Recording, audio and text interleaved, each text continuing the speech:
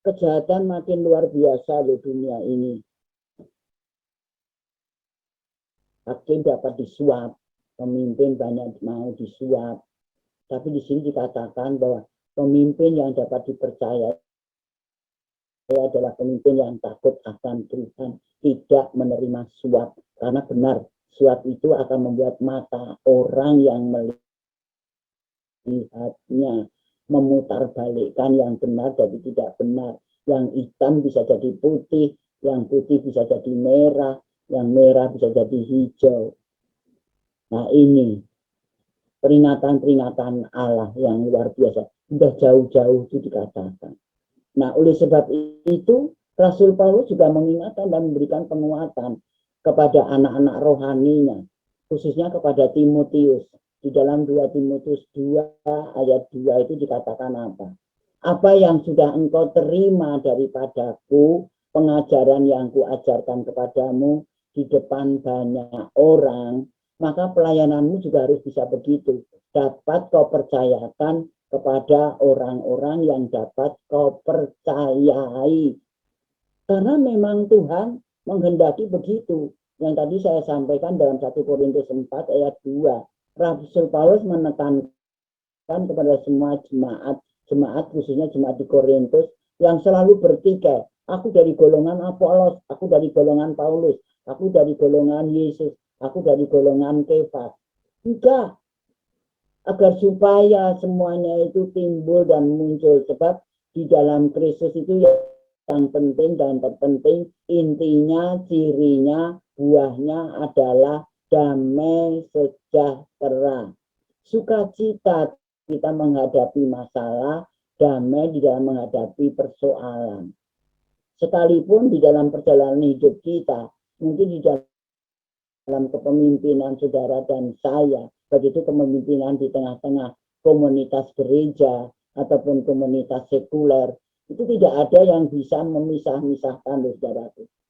Kalau kita sudah di gereja, komunitas gereja, sama-sama orang Kristen, sama-sama anak Tuhan, kita tanpa sadar bahwa di dalam komunitas kita pun juga anak hantu di situ, tanpa sadar itu, saudaraku.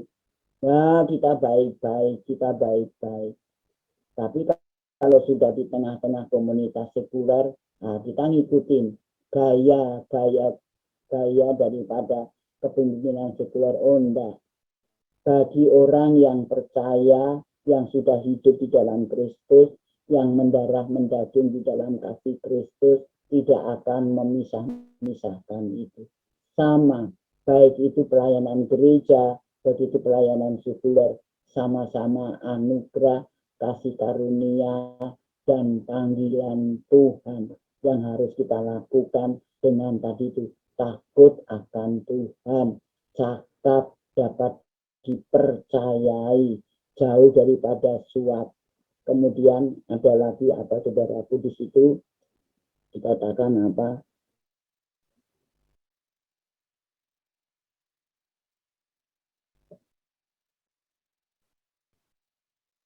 Dapat dipercayai dan yang benci kepada pengejaran suap, tempatkanlah mereka, yaitu ya.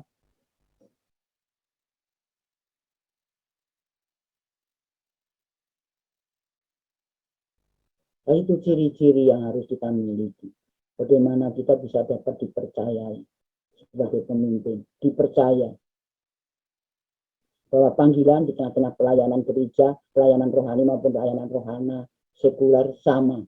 Itu adalah panggilan Allah. Itu adalah tongkat kepercayaan Tuhan yang diberikan untuk saudara dan saya.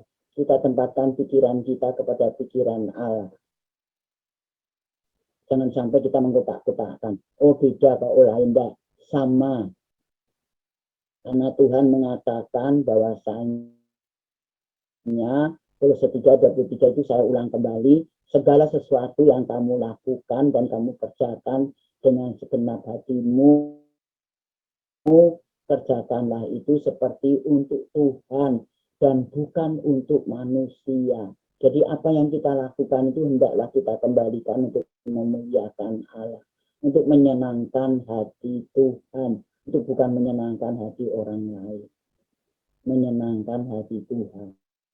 Sekali lagi, suami bisa melayani dan dapat dipercayai oleh istri. Istri dapat percaya kepada suami. Kalau suami misalnya pulang lat dan kita percaya. Kalau suami mengatakan ada tugas luar kota, ya kita percaya.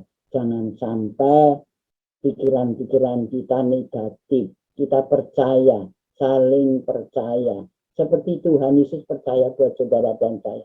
Aku percaya kepadamu kok, bahwa engkau boleh memperoleh kemampuan, kekuatan untuk kamu dapat memberitakan ataupun menyampaikan kabar sukacita itu buat orang lain.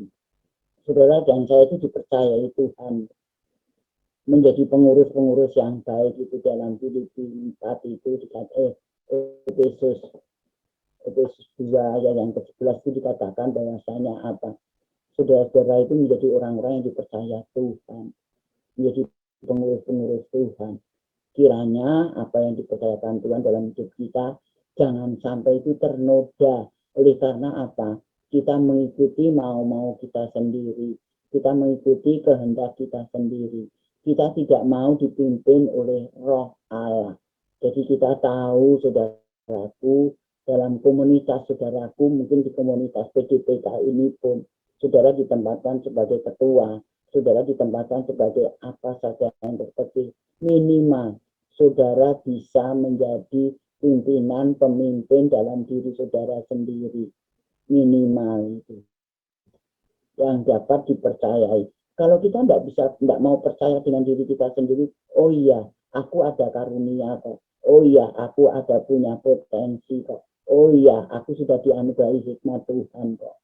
Biarlah Tuhan yang akan terus menumbuhkan dan membangun semua hikmat-hikmat dan kasih karunia Allah itu dalam kehidupan kita. Sehingga itu bisa kita terapkan, kita tampilkan, kita sampaikan, kita kembangkan, kita budidayakan hanya untuk kemuliaan Allah bagi banyak orang. Saudara-saudaraku yang kekasih di dalam Kristus, sungguh malam hari ini tema yang luar biasa, yang mengajar kepada kita apa yang dididik oleh Tuhan. Memang dikatakan di dalam surat kiriman Rasul Paulus kepada jemaatnya di Filipi 4 itu ayat yang ke-9 ya. Apa yang kau lihat daripadaku, apa yang kau terima daripadaku, apa yang kau saksikan daripada apa yang kulakukan, lakukanlah itu semua. Maka yang dikatakan Tuhan di situ, damai sejahtera Tuhan yang melampaui segala akal dan pikiranmu di dalam Kristus Yesus, itulah yang akan memelihara engkau. Luar biasa, dahsyat luar biasa. Jadi gimana saudaraku, komit kita ya, sama-sama kita boleh ditempatkan Allah. Minimal sebagai pimpinan diri kita sendiri, minimal di tengah-tengah Yerusalem kita, keluarga kita menjadi pemimpin bagi rumah tangga, kita menjadi pemimpin bagi orang lain, artinya contoh teladan buat orang lain, buat anggota keluarga kita. Di tengah-tengah masyarakat demikian juga lebih-lebih. Kita menjadi teladan, kita menjadi contoh. Karena kita menempatkan terang kasih Kristus, hikmat Kristus, itulah yang ada dalam kehidupan kita, yang akan terus menempatkan kita menjadi saksi-saksi Tuhan. Dengan catatan, bagaimana kita menjadi orang-orang yang dapat dipercayai. Minimal menjadi pribadi yang dapat dipercayai aja. Ya puji Tuhan kalau Tuhan menempatkan saudara dan saya sebagai pemimpin. Tapi sebagai pribadi-pribadi yang dapat dipercayai. Apalagi dunia yang masa kini ya. Menjadi orang yang dapat dipercaya orang lain itu tidak gampang, saudara. Tidak gampang. Apalagi ketika saudara dan saya dipercaya oleh pimpinan kita. Kita dipercaya oleh anak buah kita. Itu tidak gampang. Tetapi kalau Allah berkarya, Allah bekerja, Allah di dalam Roh Kudusnya berkuasa, Tidak ada seorang pun yang dapat membatalkan dan menggagalkan itu. Tidak bersama Kristus, kita lakukan perkara-perkara yang besar. Dapat dipercaya dalam kecakapan kita, di dalam membudidayakan hikmat Tuhan, di dalam takut akan Tuhan. Kita berjalan, dapat dipercayai berjalan dalam kebenaran. Bukan hanya pada waktu kita dilihat Tuhan, dilihat orang lain, agar supaya kita nampak sebagai orang Kristen yang rohani. Tidak. Tapi kita menjadi orang yang benar-benar berjalan dalam kebenaran. Takut akan Dia.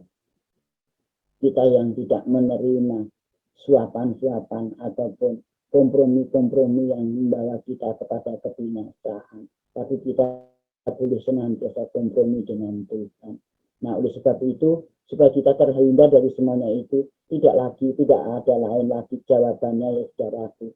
Kita harus hidup senantiasa akrab dengan Tuhan, membaca, merenungkan firman Tuhan, akrab di dalam doa kita. Kita boleh melayani dan bersaksi, dan kita boleh melakukan apa yang bisa kita lakukan. Sekecil apapun juga, mungkin mendoakan saudara-saudara kita yang lain, saudara-saudara kita yang lain. Jadi kalau kita melihat ketidakbenaran di antara saudara kita harus bisa mengambil alih di dalam doa dan dukungan doa. Agar supaya apa? Kebenaran Kristus itu ada di tengah-tengah komunitas kita semua tanpa terkecuali. Puji bagi nama Tuhan, diberkati saudara dan saya. Amin.